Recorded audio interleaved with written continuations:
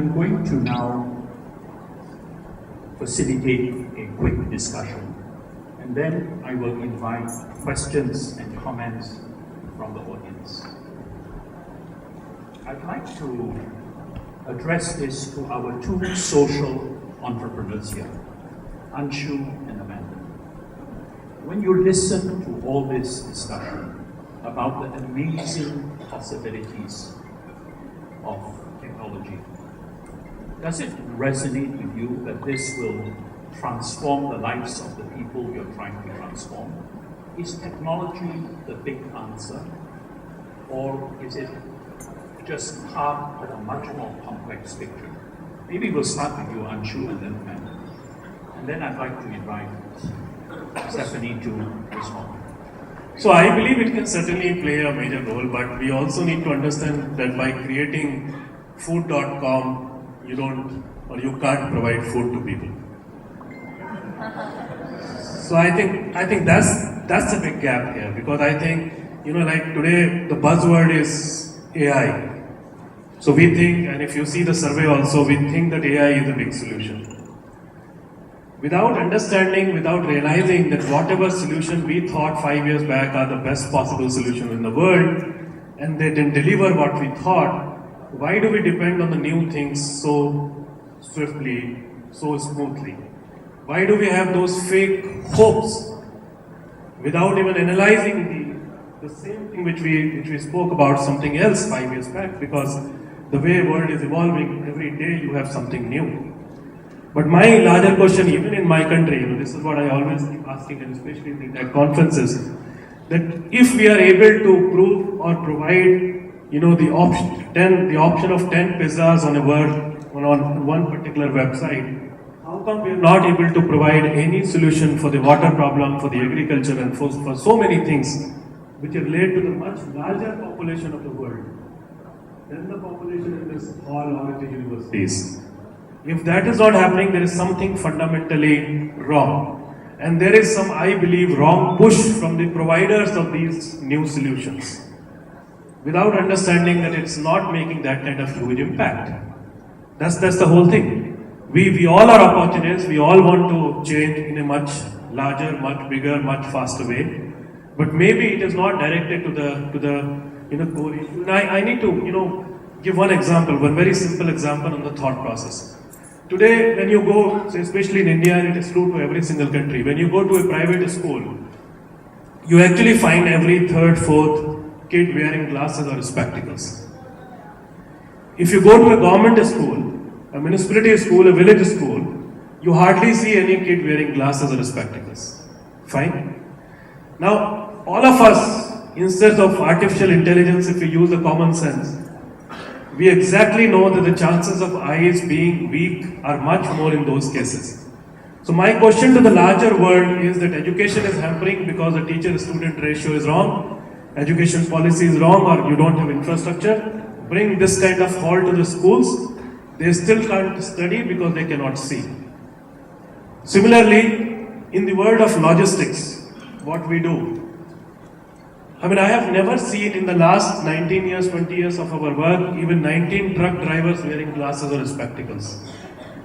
So my question is that accidents are happening because the roads are bad, or like in India we say the dog comes on the road, or accidents are happening because the driver cannot see. So my whole fear is that the way the kid cannot see, the way the driver cannot see, whole lot of us who are in the position of decision making, and who are the opinion leaders who decide what is going to happen, unfortunately, we are still using our own lenses to see the problem and to find the solution. We are not using the lenses of people for whom it matters. And this is exactly with the technology also. So there is a disconnect between... Total disconnect. There's a massive disconnect. Thank you very much. Amanda. Sure. With regards of technology being used in the education space, I think we hear a lot how technology is more of a tool to deliver the content of education rather than replacing the teachers, the human beings that are standing in front of the classrooms and making real human connections to the students. So that's given, but then again, echoing to the first point that I made, that the real interaction has to be be set first in the first place.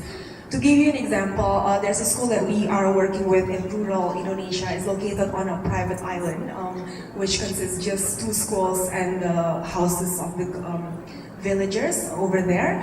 And they receive a lot of laptops, a lot of USBs with contents, but it's put aside, it's dusty, it's not utilized in the learning learning process. And why? Because there are so many things that the teachers still need to deal with. Student absenteeism, for example, and this is because maybe they have to help out with the family's fishing enterprises, or because they have to tend to the younger siblings. So there are a lot of primary and more crucial, I guess, foundationals that need to be there before technology can come into place in the education sector. But then again, hearing all these fancy buzzwords, right, and fancy technology, AIs, robots, and all, why all of us in the education space and beyond need to bother again and need to take into account all of this is because I see education as a backstage industry more so. Why? Because when all of this are happening, because when all the sort of real sectors driving the economy and driving the GDP and everything is happening, we are working in the classrooms, preparing who will be the workforce in the next 10 years, in the next 15 years. And we need to understand how, for instance, all that is happening in the behind the black mirror is affecting the way our children think. That everybody's focus is very short-term now, that teachers are competing against YouTube videos that even a 5-second ad is being skipped right now. We need to be more attractive than that. And that there are other sort of jobs that will be there in the future that we need to understand, not exactly maybe the job post or the responsibility that it entails, but more so the mindset and the approach and the change that all this technology is affecting, especially towards the young generation. Like bullying, for instance, it's not happening all under the screen, and teachers cannot see except for the facial expressions that is really ugly in the morning. But we don't know that all those ugly words are exchanged on WhatsApp, on Instagram, on Snapchat, and that is something that teachers need to understand. Although technology, although all this modernism, robots, AI, is not so much part of what's happening in classrooms. Thank you, Amanda. I'd like to invite Stephanie to respond to those comments. And after that, I'd like to ask Prince Fattaah for his views. You belong to a family that can trace its ancestry 500 years, and yet you live in a world of disruption and technology. So be interested to see what your view on this discussion is. How technology, whether it connects with the needs of our people. But Stephanie, please. Okay, so first, I want to be very specific about how technology should be defined, because we're in between 2 waves of technology right now. The last wave was cloud computing and mobile phones. So that allowed for people to build mobile apps and to connect to cloud servers, just democratize access to information in a massive way. That directly impacted people who now have cheap smartphones in their hands and access to the world's information. Right now, though, the next wave of technology that's coming out is all about data and artificial intelligence. These things are not necessarily consumer-facing the same way mobile phones were. AI needs a lot of data, needs a lot of specialists working on it, and the role that it plays in many ways is it figures out which ads to deliver to you, like YouTube ads, or it figures out who to grant credit to or not. These don't usually touch people directly. They usually go through enterprise-grade institutions like banks or governments. So in that sense, both of you are totally correct when you say that we don't need to shove AI into every social enterprise. There's no point. But I want to be specific about its impact on jobs also. So that's a theme I think all of us really care about, that jobs are a key part of sustainable development. Let me give you a specific example. In the Philippines, we have 1.1 million BPO jobs in the business process outsourcing sector. These are mostly low-level data entry jobs, voice call jobs, and the nature of these jobs, it's going to change vastly. It is already in the middle of changing. In 2016, the Philippines graduated about 150,000 engineering and information technology graduates, but the BPO sector needed 200,000 people to fill jobs. Why does that gap even exist? Like, we need more students who can do these higher level jobs, especially since automation is making data entry jobs go away. AI and automation are making voice call jobs. Think about your Amazon Alexa at home and think about how well it can understand you already and how many jobs go away because you don't need a human being on the other end of the phone. So those very simple jobs that require less training are going away and are big software engineering, IT, systems thinking, sophistication. So that's where the education pipeline really, really matters to me as a technologist because I would like to keep those jobs here. Yeah. And that's where I think social sector and private sector and government, we all work together on that greater aspect. Thank you, Stephanie. Principal. I think the points by Anshu, Amanda, and Stephanie are very on point actually.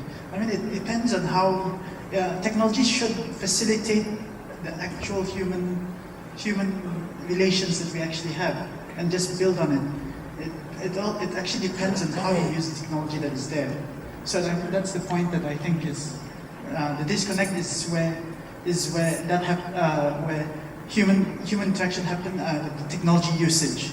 So I mean, even with the new technologies like artificial intelligence, I'm not as well versed as Stephanie in this area, but I think that there is cause for concern as well, although the possibilities are endless. I mean, that's and when you said how I feel after being part of a royal family that's been there for 500 years, I don't think we did anything with technology, and just it changes our lifestyle, but as it does everybody, it doesn't really have any effect with us personally. And thank you very much. Timothy, I wanted to comment that I think the problems that we face now is how to bridge the gap, the big divide between the haves and have-not. I want to stand and think when I'm seated. I'm used to walking. However, this is compounded by the fact that with technology, with the internet, there's now also a big technology or internet divide. And this is a problem of the 21st century, which will not be cured by the solutions of the 20th century.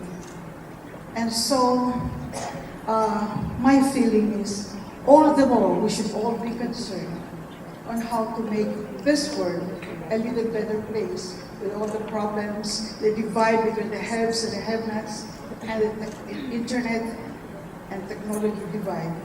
And I want to ask our young techies here, how can we reduce that technology divide in this world? Thank you very much.